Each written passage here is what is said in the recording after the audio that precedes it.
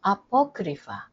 Apokrifa secara harafiah berarti hal-hal yang tersembunyi. Mengapa ke-15 kitab-kitab ini tidak ditemukan dalam Alkitab kita? Kitab-kitab ini ditulis pada periode 400 tahun antara masa ketika Perjanjian Lama dirampungkan dan masa ketika era Perjanjian Baru dimulai, di mana selama itu tidak ada wahyu dari Tuhan kepada bangsa Israel. Itulah sebabnya tidak satu pun dari kitab-kitab itu ada dalam kanon Ibrani asli. Kitab suci yang dikutip Tuhan Yesus sendiri tidak pernah mengutip kitab-kitab apokrifa. Meskipun kitab-kitab ini dikenal dan digunakan di antara orang-orang Yahudi pada masa itu, Josephus dan Philo, sumber-sumber utama untuk pemahaman kita tentang ruang lingkup kanon PL, tidak menggunakannya sebagai kitab suci.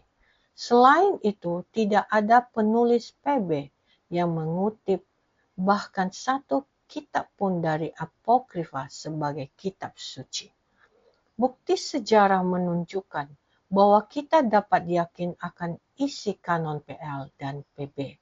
Meskipun telah terjadi perdebatan selama bertahun-tahun mengenai apokrifa PL, kanon Ibrani yang diturunkan oleh orang-orang Yahudi masih berlaku sebagai Alkitab yang dikenal oleh Yesus dan para rasul dan karenanya dianggap sebagai kitab suci.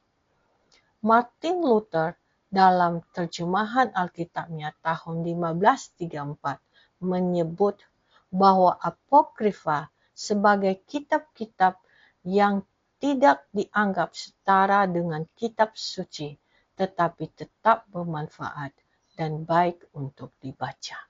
Miles Coverdale yang menerbitkan terjemahannya tahun berikutnya juga memasukkan apokrifa, tetapi dengan pernyataan berikut.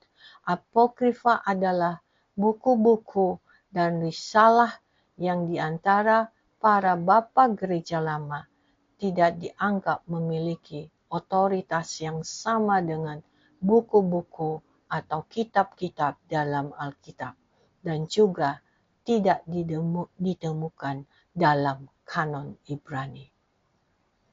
Di Septuaginta, terjemahan Yunani dari Perjanjian Lama yang menyertakan apokrifa, namun seperti yang telah kita lihat, kitab-kitab tersebut tentu saja tidak disertakan dalam Perjanjian Lama Ibrani asli.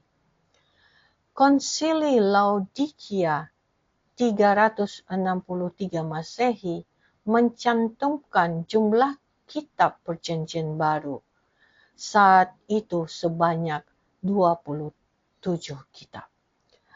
Juga Athanasius menyebutkan 27 kitab pada tahun 367 dalam suratnya. Kitab-kitab ini diakui sebagai kanon pada Konsili Hippo 393 Masehi dan Sinode ketiga Kartago mengakuinya pada tahun 397 Masehi. Fakta baru pada Konsili Trente pada bulan April 1546, Gereja Katolik Roma menetapkan bahwa apokrifa masuk di dalam Perjanjian Lama dengan pengecualian doa Manase dan 1 dan 2 Esdras. Protestan tidak mengakui apokrifa sebagai kitab suci karena kanon Ibrani asli Perjanjian Lama tidak mencantumkannya sama sekali dan penulis Perjanjian Baru sendiri tidak mengakuinya. Identifikasi kanon adalah hasil dari pekerjaan pemeliharaan khusus Allah melalui gerejanya yang dibimbing oleh Roh Kudus. Yohanes 16, 13, dan 14.